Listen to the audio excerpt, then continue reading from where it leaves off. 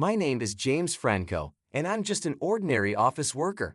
My life is pretty boring, just going back and forth between work and home every day with nothing special to talk about. When I first started working, I dreamed of climbing the corporate ladder, but I'm not good at making calculated moves because of my personality. I often end up with jobs that nobody else wants to do. My inability to say no is my own enemy. Even though I work hard, I'm still a regular employee with no title to my name. However, there was a time when I used to be a lot happier and smiled more. I married my girlfriend, whom I had been dating since the start of my working life. We had a happy marriage, which motivated me to do well at my job. But that happy life didn't last long. Are you telling me to live on this meager amount this month again? A few years into our marriage, my inability to succeed at work frustrated my wife, and she often showed her irritation. I'm sorry, I do my best, I would say. How many years and how many times have you repeated those words? I thought marrying you would mean a better life, but with this low salary, we can't do anything. I'm fed up. My wife Rachel has always loved spending money on herself, from beauty treatments and cosmetics to nails, hair salons, and clothes. She was happiest when keeping herself beautiful. It seems she married me believing that life would be luxurious since I am a doctor's son. Indeed, my dad is a doctor and owns his own clinic. But my dad, who had a personality similar to mine, often saw his patients for almost charitable rates. He often provided care without profit for patients who were hesitant to seek treatment due to financial constraints. People can pay back when they recall it in the future as long as they are alive to do so. Money can't be made if you're not alive, my dad used to say. Because of this, despite being a doctor's family, we never lived a wealthy life. Of course, as a child, I never felt unhappy or questioned our way of living. I'm still proud of my dad to this day. However, Rachel decided to marry me because she thought being a doctor's son meant wealth, without knowing the real story. So our life turned out very different from what she had planned. A few years later, Rachel said, "I've had enough. If this is all we can do, there's no point in being with you. Let's get a divorce." A divorce? Hold on, please, I pleaded. How many years do you think I've waited? I age just as much as you do. I need to redo my life while I still can. I definitely don't want to be a low-income wife like you for the rest of my life. With those harsh words, Rachel left, leaving only the divorce papers behind. I was mad at myself for not realizing Rachel's true nature and for not being able to prove her wrong with my job performance. 6 years have passed since then. I threw myself into work to heal the emotional wounds, but being not savvy, I still couldn't achieve outstanding performance at work, remaining a regular employee. If this continues, what Rachel said would turn out to be true. I feel utterly miserable. During that time, an envelope arrived in my mailbox. It was from Rachel. What does she want now? I wondered. Inside the letter from my ex-wife, who I hadn't heard from in a long time, was a wedding invitation. It seems Rachel is remarrying someone else. Why would my ex-wife send me an invitation? I thought. As I looked at the postcard, puzzled, I noticed a familiar chapel name written on it. This place, isn't it a super luxurious hotel? Knowing Rachel, she must have chosen a rich man to be her partner this time as well. I could easily guess that she intended to flaunt her happiness in a luxurious hotel wedding, just to show the difference between her life now and the life she had with me. I don't owe her to attend. I mean, I was the one who got dumped, but maybe for Rachel too, me not succeeding in my job was an unexpected turn of events. After pondering for a while, I sighed deeply and stood up from my seat. This is the last time. I guess I'll just go. I knew attending the wedding would hurt my pride, but I decided to go anyway. Despite everything, Rachel stayed with me for several years. I can somewhat understand her desire to show me that she's finally happy as a form of revenge. From an outsider's perspective, she might seem too kind-hearted. On the day of the wedding, the weather was perfect.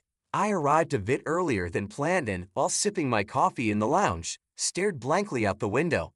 It was her second wedding, so I recognized a few of Rachel's friends who I had met before. Unexpectedly, I overheard a conversation from the seat next to me. Rachel did an amazing job to get this wedding, didn't she? One person said. Yeah, it's in a luxury hotel this time.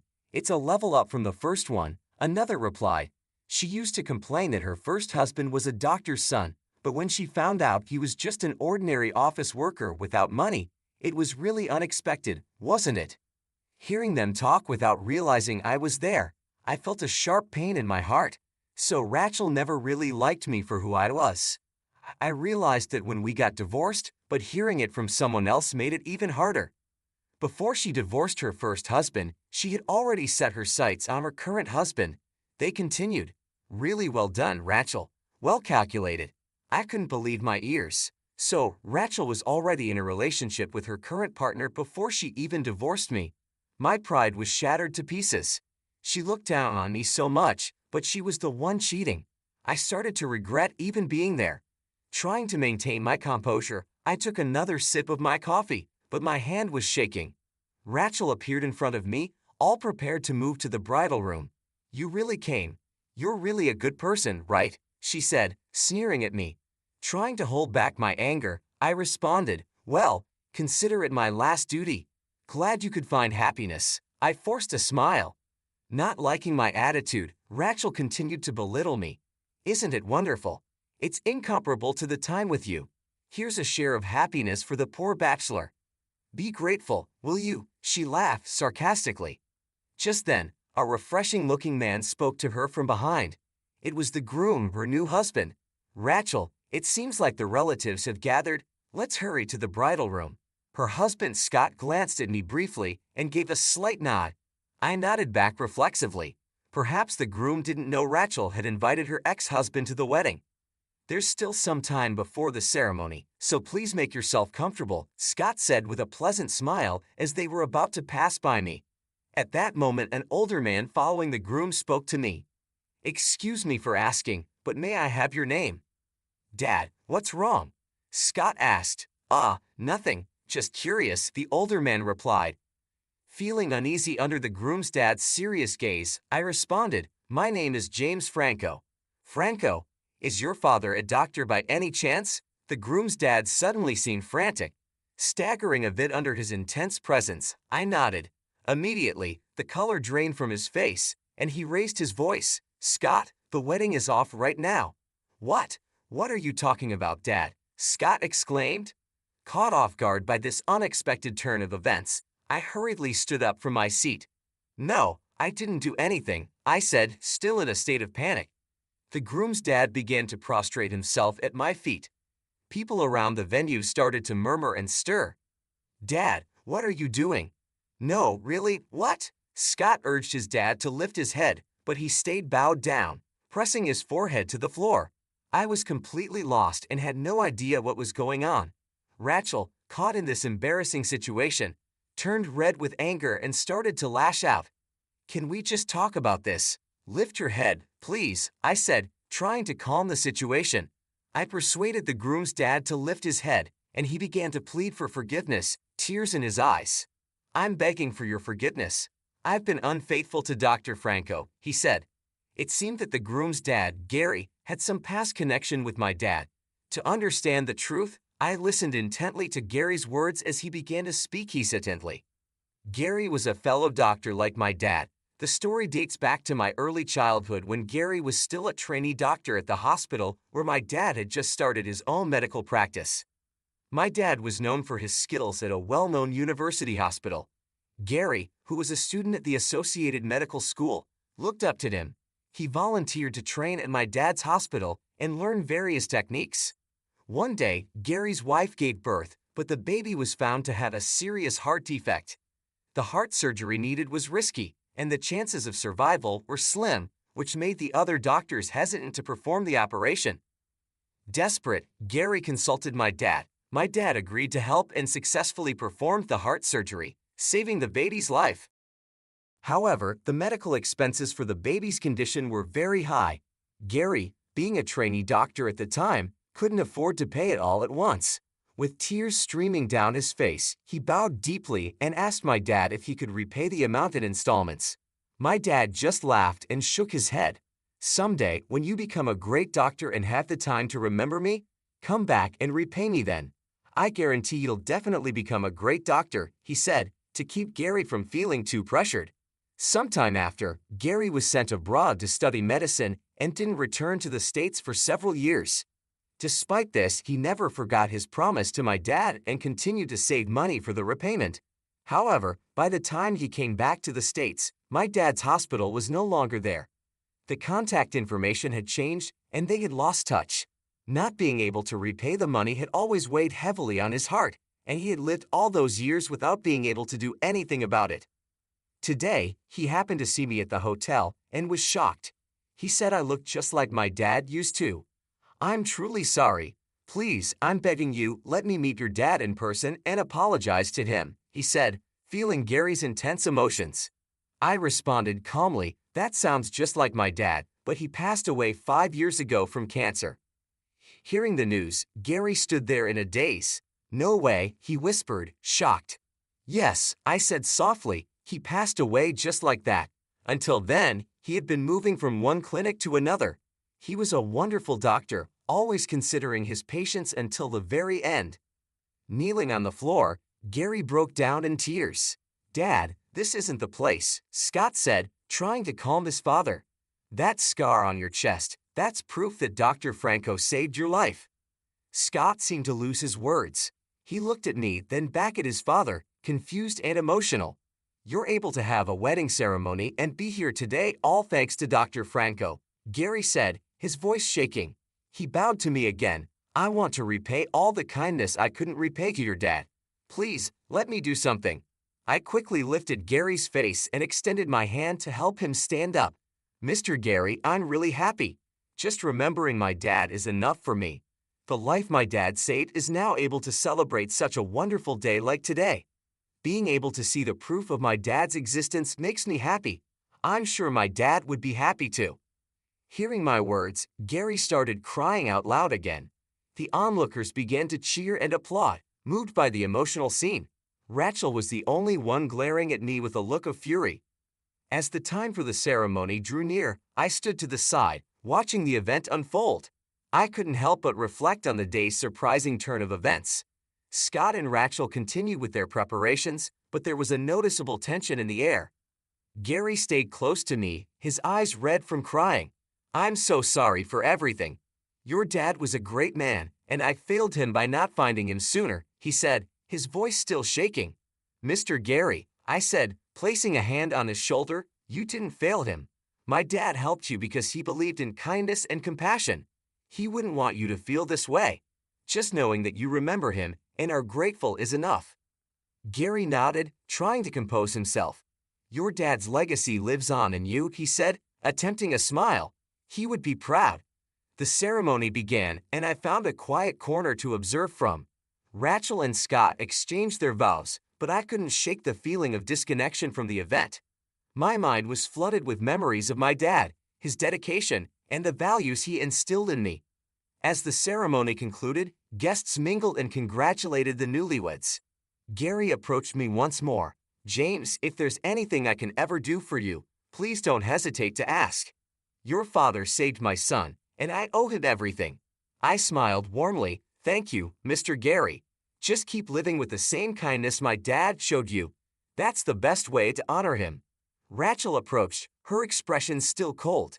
Enjoying the show, she asked sarcastically. I took a deep breath. "Rachel, I didn't come here to cause trouble. I came to pay my respects and to wish you well."